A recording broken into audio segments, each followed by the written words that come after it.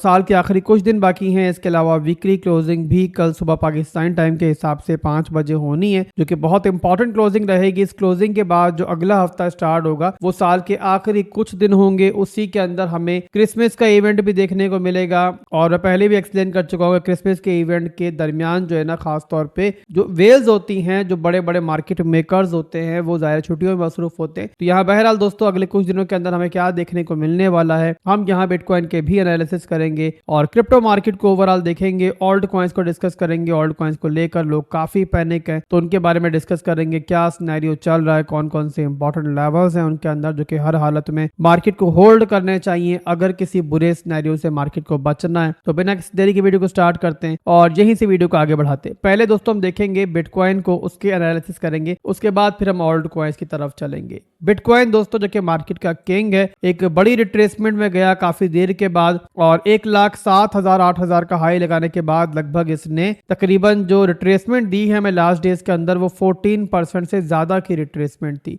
अब यहाँ पे बिटकॉइन की जो रिट्रेसमेंट हुई 14% हुई, बट इसी के मुकाबले में ऑल्ट कॉइन्स ने 30% 40% तक भी डंप किया और एक बड़ा सेल ऑफ हमें उनके अंदर ऑल्ट कॉइन्स के अंदर देखने को मिला। इसका रीजन क्या था? इसका रीजन ये था कि बिटकॉइन डोमिनेंस ने अपने इंपॉर्टेंट सपोर्ट जोन से बाउंस बैक किया, पैसा दोबारा ऑल्ट कॉइन्स से निकला, बिटकॉइन में आया या फिर स्टेबल कॉइन्स में गया। तो इसी रीजन की वजह से हमें ऑल्ट कॉइन्स के अंदर सेलिंग देखने को मिली। बट जो रिट्रेसमेंट दोस्तों हमें देखने को मिली बिटकॉइन के अंदर भी और ऑल्ट कॉइन्स के अंदर भी, ये पहली बार नहीं हो रहा है हिस्ट्री में। हमें इन दिनों के दरमियान के जब आगे चल के अभी क्रिसमस का इवेंट भी है, हमें माजी में भी देखने को मिलता है कि मार्केट ऐसी सिचुएशन में जाती है, बट उसके बाद हमें फिर अगले साल के अंदर अच्छी मूवमेंट्स देखने को मिलती है, खास तौर पे हॉल्विंग ईयर के बाद। अभी के लिए दोस्तों यहाँ पर सिनेरियो टेक्निकली ये बिल्ड हो रहा है कि बिटकॉइन के लिए जो मोस्ट इंपॉर्टेंट जोन है ना, जो कि बिटकॉइन को होल्ड करना चाहिए, वो है 88,000 से लेके 90,000 का जोन।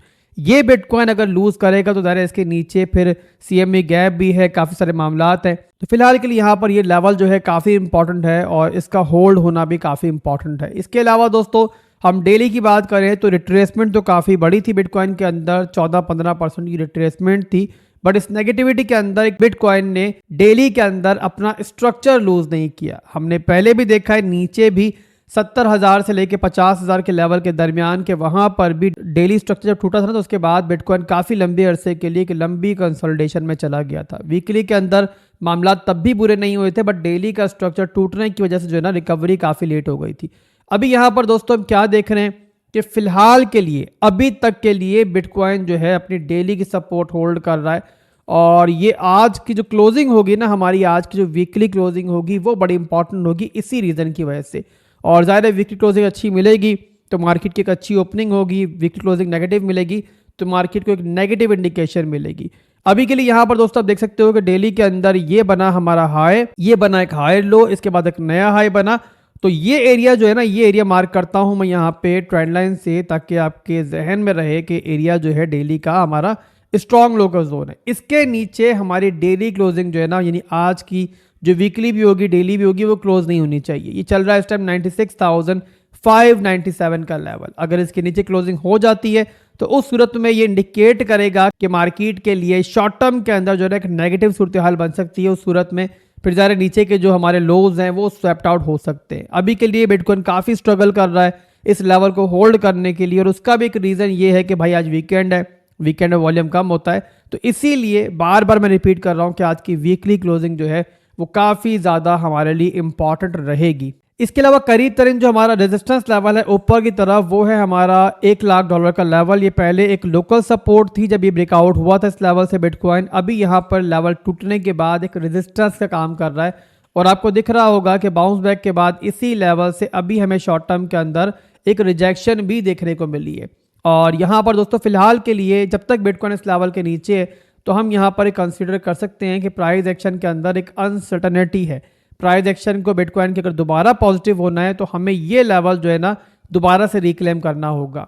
जब तक रिक्लिप नहीं होता इसका मतलब ये होगा कि प्राइस में एक अनसर्टेनिटी है, जो बायर्स हैं वो इतने स्ट्रांग नहीं है। तो ये हो गया दोस्तों बिटकॉइन का सिनेरियो। और जैसे पहले बताया मैंने आपको, इसीलिए आज की वीकली क्लोजिंग जो है काफ़ी इंपॉर्टेंट है और वो शॉर्ट टर्म के लिए खास तौर पे मार्केट की जो नेक्स्ट मूवमेंट है वो यहाँ पे डिसाइड करेगी। इसके बाद चलते हैं बिटकॉइन डोमिनेंस की तरफ, वहां पर देखते हैं क्या चल रहा है। लास्ट डेज के अंदर जो हमें ऑल्ट कॉइन्स के अंदर सेल ऑफ देखने को मिला एक बड़ा, उसका बड़ा रीजन ये था कि बिटकॉइन डोमिनेंस जो है उसने दोबारा पंप करना स्टार्ट कर दिया था। आप देख सकते हो कि जब बिटकॉइन डोमिनेंस ने डंप करना स्टार्ट किया था तब यहाँ पर जो ओवरऑल हमें डंप देखने को मिला था, रिट्रेसमेंट देखने को मिली थी, वो थी लगभग यहाँ पे 10% की।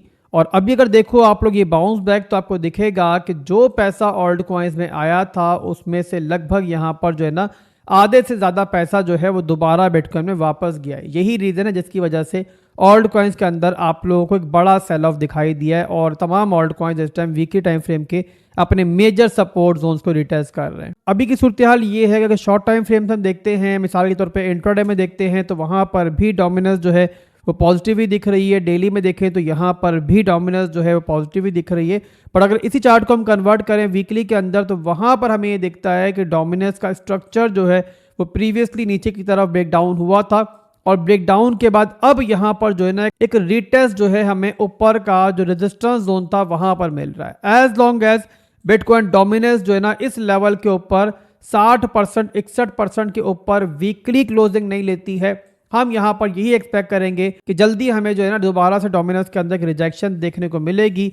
अब यहाँ पर दोस्तों इसमें जाहिर सी बात है दिन कुछ लग सकते हैं, ये एक वीकली का चार्ट है, एक कैंडल के अंदर 7 दिन होते हैं। बट बहरहाल दोस्तों फिलहाल भी वीकली के अंदर जो डोमिनेंस है बिटकॉइन की, उसका स्ट्रक्चर जो है ना वो दोबारा से पॉजिटिव अभी तक नहीं हुआ है। तो ये हो गया बिटकॉइन डोमिनेंस का चार्ट। इसके बाद हम चलेंगे अब टोटल 3 के चार्ट के ऊपर। टोटल 3 का मतलब कि बिटकॉइन इथेरियम के अलावा बाकी तमाम ऑल्ट कॉइन्स मार्केट। और यहाँ पर दोस्तों आप देख सकते हो कि एक रेजिस्टेंस जोन जो है ना मैंने मार्क किया हुआ है 1.13 ट्रिलियन डॉलर के लेवल के ऊपर। और ये लेवल जो है ना वो प्रीवियसली ऑल्ट कॉइन्स के लिए ऑल टाइम हाई था, यानी कि इस लेवल पर जाके फिर दोबारा जो है ना मार्केट नीचे की तरफ गई थी, यानी कि ये था लास्ट बुल मार्केट का एक टॉप ऑल्ट कॉइन्स के लिए। अभी यहाँ पर दोस्तों हमने क्या देखा है कि यहाँ पर जो क्लोजिंग मिली है हमें इस चार्ट के ऊपर वो प्रीवियस क्लोजिंग से ऊपर मिली है, बट उसके बाद इसी रेजिस्टेंस लेवल से अब ऑल्ट कॉइन्स की मार्केट जो है ना वो रिजेक्शन भी ले चुकी है। अभी के लिए करंट सूरत हाल ये चल रही है कि जो ऊपर हमें क्लोजिंग मिली है इस लेवल के ऊपर, उसकी वजह से जो अभी रिसेंट हमें डंप देखने को मिला है या फिर कह लो कि रिट्रेसमेंट देखने को मिली है, ये हमारा एक हायर लो का मूव है।